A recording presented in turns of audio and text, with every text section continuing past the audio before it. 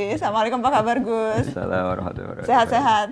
Ya, alhamdulillah. Alhamdulillah, senang ya Abi kita kedatangan Gus Baha. Senang sekali. Abi terakhir ketemu Gus Baha waktu itu di acara Di acara di di Habib Ali, ya, di PG Baitul Quran. Baitul Quran. Baitul Quran.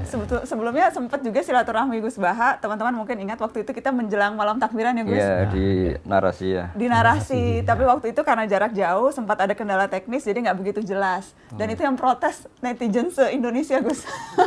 Tapi enggak protes saya tuh. Protesnya ke saya. Alhamdulillah. Kenapa ini Gus Baha itu soalnya waktunya katanya susah. Nah, terus waktu itu Nana ingat sempat bilang insya Allah kalau ada waktu mau silaturahmi langsung sama Gus Baha supaya kemudian teman-teman juga bisa dengar perbincangan dan alhamdulillah kesampaian hari ini. Alhamdulillah. So, makasih banyak ya Gus. Iya, iya, sama-sama. Mau mengenalkan tadi sih saya udah kenalin tapi mungkin teman-teman juga kenal. Jadi yang sebelumnya saya ajak cucu-cucunya Abi yang kecil-kecil, yang sekarang Syihab dan Syihab saya mengajak cucu-cucunya Abi yang lebih senior-senior. Itu Izat anaknya Mami Nana. Banyak yang suka nggak tahu gitu kalau ini Izat anak saya. Kemudian terus ada Fathi dan ada Nishrin, ini keponakan, dan yang ini ada Nihla, cucu-cucunya Habib Quraisy. Terima kasih ya udah nemenin Mami Nana. Ini terpaksa apa enggak kan? Enggak dong, seneng dong bisa ketemu sama Gus Baha, bisa ngobrol-ngobrol sama Gus Baha dan sama Abi. Banyak banget yang udah nitip pertanyaan untuk ditanya ke Abi dan ke Gus Baha. Tapi sebelum kita jawab pertanyaan dari netizen, mungkin mau kenal Gus Baha lebih jauh dan lebih dekat Gus. Walaupun sudah terkenal, tapi banyak yang juga masih penasaran gitu. Gus Baha kemana-mana sarungan, gaya nyantri gitu. Tapi di YouTube-nya selalu yang nonton ratusan ribu sampai jutaan gitu. Pokoknya bintang YouTube, kalau ustadznya YouTube tuh Gus Baha. Rame gitu. Gimana sih Gus Baha melihat dakwah sekarang gitu lewat cara YouTube, lewat cara-cara seperti sekarang nih Syihab dan Syihab. Ini kan cara dakwah yang berbeda yang kita maksudkan supaya lebih dekat, lebih nyampe ke masyarakat Gus. Ini saya menjawab tapi tidak harus jadi model ya, karena tradisi kita apalagi Pak Quraisy. Asalnya ada kaidah ya, laisa li alimin ayyuqal tidak aliman akhor. Jadi antar orang alim itu tidak perlu saling ikut. Ini saya cerita sedikit. Sebenarnya mulai kecil karena bapak saya, mbah-mbah saya itu terkenal wali. Jadi cita-cita saya itu ingin jadi wali. Artinya wali itu orang yang dekat Allah. Nah, di antara kedekatan mereka kepada Allah, di antaranya adalah cara melihat Allah itu begitu jelas. Misalnya ketika Nabi Ibrahim disuruh Allah supaya menyampaikan kewajiban haji, wa'adzin finnasi bil haji ya'tuka rijalan itu. Saya bisa apa? Suara saya terbatas ya Allah. Terus kata Allah, sudah sampaikan saja, nanti saya yang menyampaikan, kata Allah. Orang seluruh dunia dengar yang ditakdir haji bisa haji. Artinya ketika saya melihat kenabian itu harus dimaklumatkan. Dan dalam hadis qudsi Allah ngendikan kuntu kanzan makhfiyan fa aradtu an u'rafa fa khalaqtul khalqa liya'rifuni. Jadi kata Allah, saya ini sebenarnya tidak butuh makhluk, cuma harus orang kenal saya. Yang saya menciptakan masa mereka tidak kenal saya. Maka saya menciptakan makhluk untuk kenal saya. Jadi komitmen hati saya itu hanya ingin mengenalkan ajaran Allah ini indah, ajaran Allah ini solusi. Saya tidak pernah kepikiran kalau itu jadi viral atau jadi terkenal. Sampai sekarang pun saya tidak tahu kalau itu terkenal. Saya tidak punya WA juga nggak mau dengar. Nggak punya WA Gus? Nggak punya sampai sekarang, nggak punya, hanya lewat adik. Akhirnya ketika dengar katanya saya terkenal, banyak yang ngaji itu, terus ingat cerita Nabi Ibrahim tadi Pak Quraisy, bahwa Allah lah yang menyampaikan itu. Iya. Sehingga nggak perlu jadi beban saya harus parlente atau harus gaya, harus apalah. Ya saya tetap biasa seperti ini. Karena ini pakaian yang saya kenal, saya merasa nyaman. Syukur-syukur ini mewakili bilisani kaumi karena saya orang Indonesia. Bisa lagi itu jadi dalam lengkap. Nah yang jelas itulah kira-kira. Jadi keinginan saya menerangkan hukumnya Allah itu enggak saya ingin dikenal, tapi supaya hukum Allah itu dikenali, difahami. Contoh yang paling mudah banyaklah dosen-dosen Jogja ngaji saya itu termasuk UGM. Kemarin UGM juga ngaji saya sebelum narasi ya. Itu saya mungkin barokahnya baca banyak ya. Mungkin Pak Quraisy lebih tahu, saya baca banyak. Saya menghidupkan ilmu-ilmu Al-Quran yang mungkin orang lain sudah nganggap itu tidak penting. Yaitu tadi, bahwa kebenaran itu dimulai dari diperkenalkan. Yuzhirahu ala dini kulli. Jadi orang tahu kalau itu bidan ya karena ada tulisan ini bidan, ini dokter gigi, ini toko apa ya, Onderdale, toko TV. Kenapa kita tidak memperkenalkan Allah? Padahal Allah ini zat paling penting. Makanya banyak ulama mengartikan illa liya'budun illa liya'rifuni. Sebab mereka kenal kami, kenal Allah. Sehingga saya nyaman saja ketika terkenal apa tidak terkenal, ketika saya sudah memaklumatkan ilmunya Allah, sudah menghilangkan dosa kitmanul ilmi, ya sudah saya nyaman. Sehingga saya dengan tanda kutip nggak mau lagi dengar apa orang terima apa enggak, cocok apa enggak, karena terus jadi lucu saja kalau di dunia wali kedikte makhluk. Karena tadi cita-cita saya ingin jadi wali, entah sudah kesampaian tanda. Jadi terbiasa nggak boleh didikte makhluk. Kalau Allah merintahkan nerangkan, ya nerangkan saja, nggak usah tersiksa reaksi publik kayak apa. Tapi keinginan itu berarti dari kecil, karena memang Iya, karena tradisinya seperti itu. Tradisinya kan kalau ngaji, mungkin Pak Kures lebih tahu, kitmanul ilmi itu dosa, menyembunyikan ilmu itu dosa. Kalau ada ilmu harus diajarkan. Sehingga ketika saya mondok di Sarang, sudah banyak satu kelas saya yang kalau ketemu saya itu cium tangan, tak tanya kenapa. Ya karena saya ngaji jenengan. Karena perasaannya santri gitu kalau iya, kan, selalu. Perasaannya gitu. Tapi sebetulnya berangkatnya dari kewajiban itu. Ketika Kiai Hamid Pasuruan terkenal wali, Pak Kures tahu banyak Kiai Hamid Pasuruan. Itu kan sepupu sama mbah saya. Itu ketika beliau terkenal, banyak yang sowan, banyak yang menghormati. Beliau itu menangis. Ketika ditanya sama Bapak, kenapa engkau menangis? Saya ini soleh itu untuk diri saya sendiri. Saya sering jamaah, sering melakukan kebaikan untuk diri saya sendiri. Tapi kenapa mereka menghormati saya? Jangan-jangan ini mendikte saya untuk sudah dari ingat Allah betul, sekarang harus ingat makhluk itu. Tapi kembali lagi mereka umatnya Rasulullah SAW yang harus dibina, yang harus didekatin. Sehingga mereka ya nyaman lagi atas perintah Allah itu. Ya kira-kira gitulah, setidaknya pas saya baik, pas Bikol bin Salim itu cara berpikir saya seperti itu. Tapi ya saya manusia mungkin kadang-kadang kebawa euforia atau tertekan atau nervous. Tapi itu bawaan manusia. Kalau secara ilmu saya seperti itu, nggak lebih, nggak kurang. Ya saya kira demikian. Ya, Ada dua tadi ingin komentari ini. Yang pertama, jangan beranggapan bahwa wali, kita biasa dengar ya, wali itu syaratnya harus ada kekeramatannya. Kekeramatan itu artinya ilmu. Ya kan, waktu Adam diciptakan itu diberi ilmu, malaikat sujud. Sujud karena dia punya ilmu.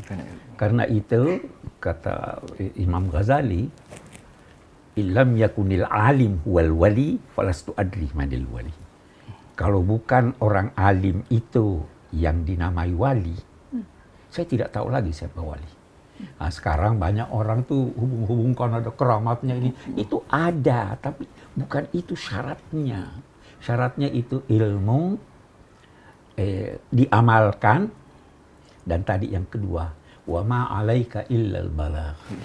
Tugasmu hanya menyampaikan. Nah, penyampaian yang menjadikan orang simpati, yang menjadikan orang hormat, yang menggambarkan sifat-sifat Tuhan, sifat al-jamal, sifat keindahannya, sifat kebaikannya. Jangan tonjolkan sifat-sifat Tuhan yang keras, yang keras. Madhahirul jalal. Ya, jangan sifatul jalal ya, tapi sifatul kamal wa sifatul jamal. Nah, ini yang sebenarnya yang dipraktekkan Pak Gus Baha ini. Jadi tidak peduli orang la yakhafuna laumata laim, ya kan? Tidak khawatir dicela orang dan tidak peduli dipuji orang. Kalau dipuji, alhamdulillah. Kalau dicela, alhamdulillah. Itulah resiko daripada dai balik, ya kan begitu ya Gus? Iya kita. Gitu. Dan itu semua itu kalau orang mau meniru, caranya seperti apa ya Gus Abi? Karena kan banyak kemudian ya bahwa kemudian dipuji, banyak orang yang kemudian ingin anak-anaknya wah bisa seperti Abi, bisa seperti Gus Baha gitu, tetap tawadu, berilmu tapi tidak menonjolkan keilmuan, menyampaikan sesuatu dengan indah, tidak keras begitu. Itu sesuatu yang memang karena didikan orang tuakah, atau itu sesuatu yang bisa kita usahakan sendiri juga, karena bagaimana menirunya? Gus. Monggo. minimal supaya ini keponakan-keponakan, cucu-cucunya Abi kan begini. Itu pertama dari rumah dididik, di pesantren kita dididik begitu. Pesantren mendidik. Ya, pesantren. Abi selalu bilang begini, saya selalu bilang Gus Bahar, saya belasan tahun di Kairo. Saya hanya sekitar 2 tahun di pesantren. Tapi yang pertama, hubungan saya dengan guru saya itu sampai sekarang masih ada. Perlu dikasih tahu gurunya siapa? Habib Abdul Habib Qadir. Abdul Qadir Bil Faqih Malang. Habib Darul Abdul Hadis. Qadir itu kalau Abi ada sesuatu yang ini, Abi mimpi dia. Jadi ada hubungan. Kenapa itu? Karena dia ikhlas. Keistimewaan pesantren itu guru-gurunya ikhlas. Kalau kita di ini barangkali pertimbangannya kum atau kam.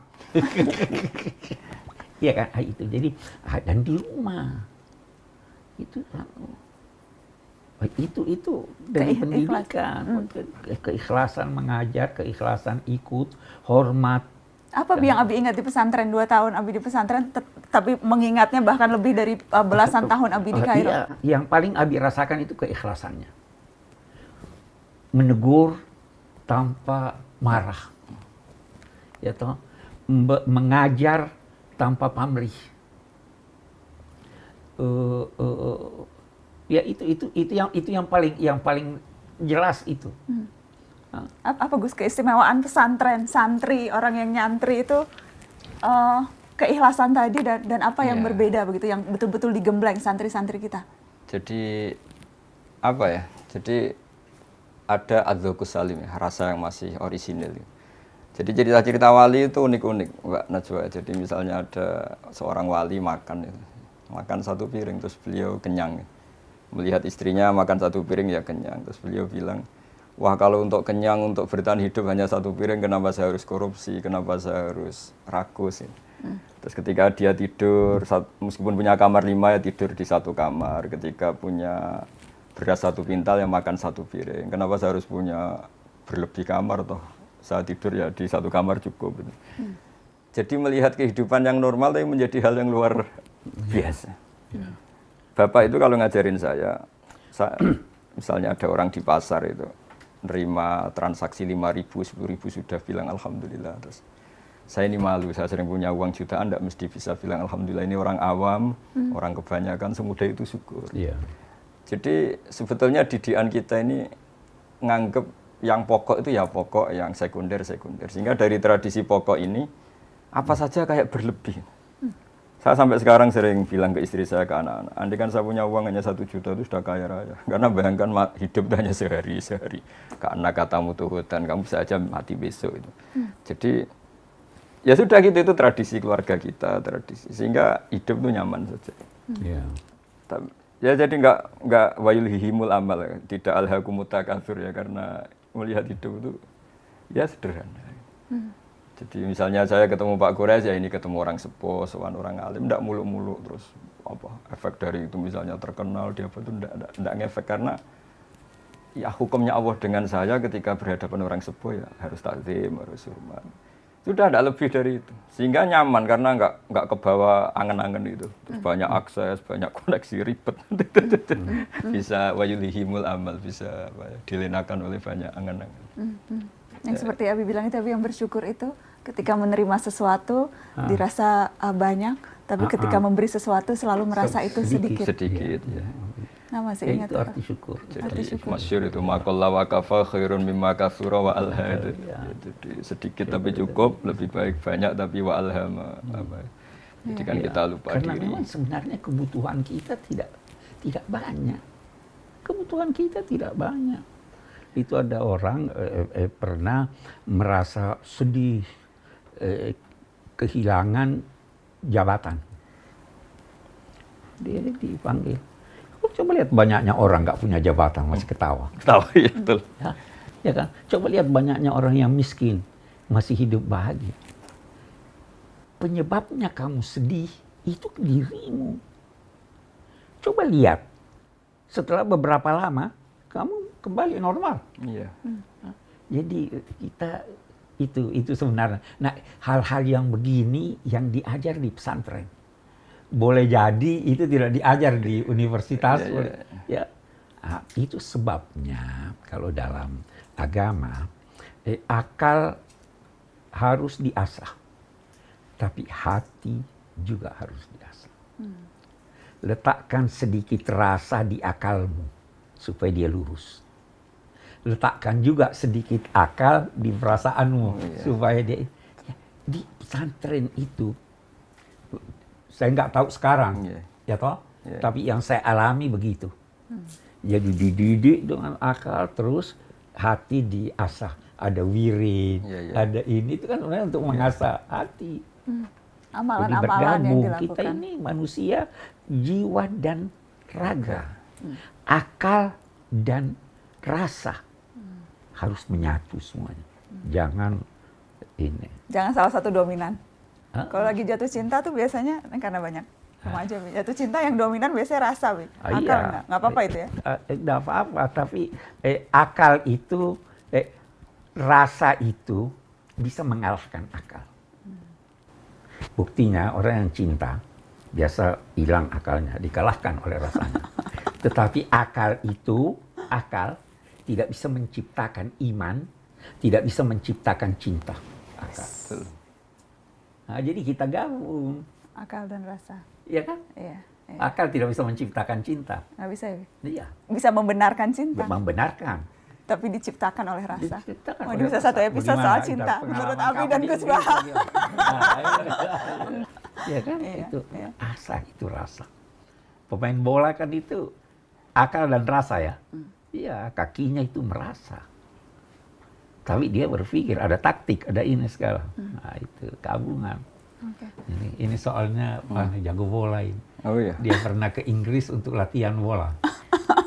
Ya. Idolanya siapa? Bintang idolanya? Aku fans Chelsea, Habib. Oh, Chelsea. Iya.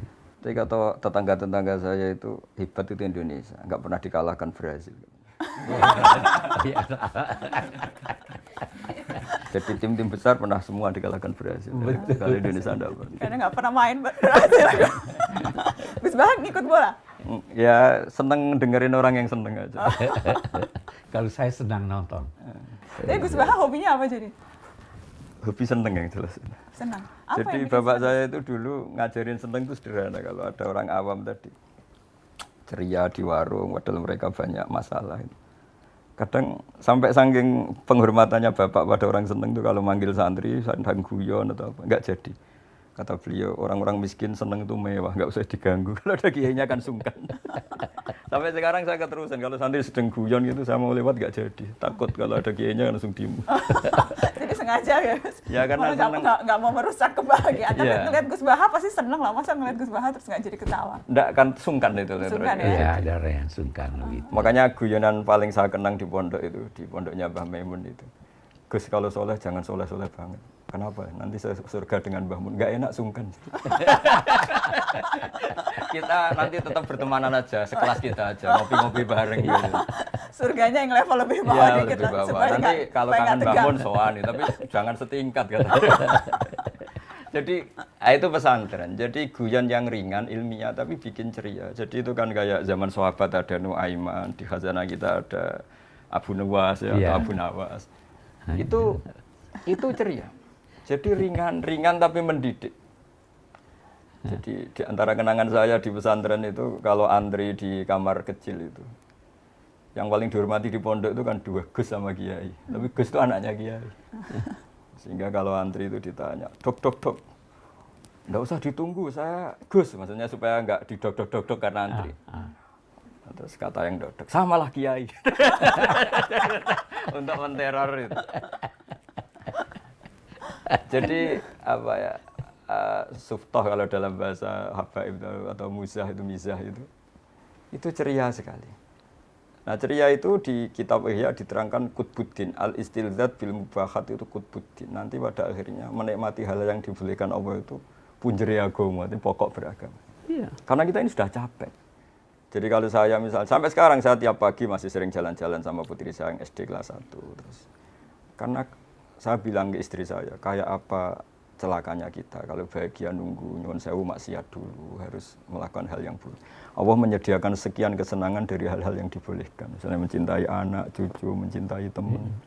Dan itu guru-guru kita ngajari itu, sehingga rata-rata kiai itu suka guyon, suka santai, supaya mencukupkan diri, tidak perlu senang dengan hal-hal yang dilarang oleh Allah. Iya. Dan itu Karena itu di kalangan orang-orang tasawuf, orang-orang fikih yang paham, menyanyi itu anjuran. Iya.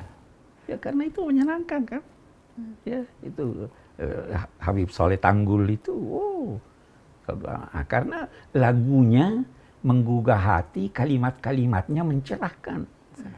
Yang tidak boleh itu kalau nyanyiannya lenggak-lenggok yang tidak benar, liriknya salah, itu yang tidak boleh. Tapi kalau liriknya bagus, itu ya, hati itu menjadi senang kalau mata melihat yang indah, telinga mendengar yang indah. Dan itu melahirkan dorongan untuk bergeraknya fisik. ya, Kalau dengar lagu dangdut bagaimana? minimal jempol goyang. Iya, paling tidak tangannya begini. Pengaruh nyanyian suara ke ini. Nah, itu sebabnya dilarang bersuara keras.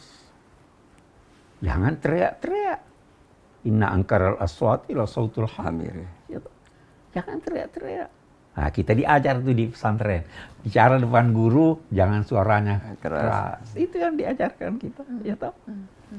Dan itulah kemudian yang mempengaruhi Dan itu yang mempengaruhi, Apalagi kalau ustadznya, kiainya ikhlas. Itu aja. Kunci saya di sana. Iya, ikhlas. Ikhlas. Ya. Ikhlas. Abi, kan sempat ada juga yang tanya ke Nana, waktu itu juga tanya ke Abi. Cucu-cucunya Abi kira-kira ada yang meneruskan jadi seperti Abi nggak jadi pendidik? Ini kan sekarang kan mereka belajarnya kan belum ada yang spesifik belajar agama. Abi, apalagi Nana kan juga nggak, Bi, Kaela juga nggak gitu, Ahmad, Caca, Hala gitu. Abi ada rasa kecewa nggak? Tidak. Walaupun kita nggak meneruskan. Walaupun. Abi prinsipnya mendidik itu mengembangkan bakat anak. Nana dulu waktu mau ke Amerika masih ini, pesannya Abi masih ingat apa? Masih. Apa? Sholat nggak boleh ditinggal. Salat tidak boleh tinggal. Saya dulu dikritik orang, kenapa biarkan dia itu salat. Mendidik, kembangkan bakat. Saya selalu bilang, Jido bilang apa tentang pemain bola? Ini kan hobi bola. Gimana? Masih ingat? Muhammad Salah bagaimana? Jido bilang. Yeah. Saya selalu bilang begini, itu pemain bola Mesir. Yang dari Mesir. Dari Mesir, Muhammad Salah itu punya pengaruh luar biasa, bisa melebihi beberapa doktor, ilmuwan, bahkan kiai. Kayak Zainuddin dulu. Zidane. Iya. Yazid Zainuddin. Iya toh, jadi pandai dalam bidang apa saja. Tapi jangan lupa agama, yang paling penting jangan lupa sholat. Sholat itu kunci. Ya toh, Iya, itu betul. yang kita di ini. Apalagi kalau baca wirid, masih baca wirid. Selalu Apa, dipesanin Umi. Relatif. Relatif. Ada. Terus bolehkah mensolawati seseorang supaya bisa berjodoh? Kalau kita sudah berusaha mencari calon istri tapi belum berhasil, dapat putus, apakah tandanya kita harus pasrah, Gus? Harusnya mulai usaha juga sudah sambil pasrah.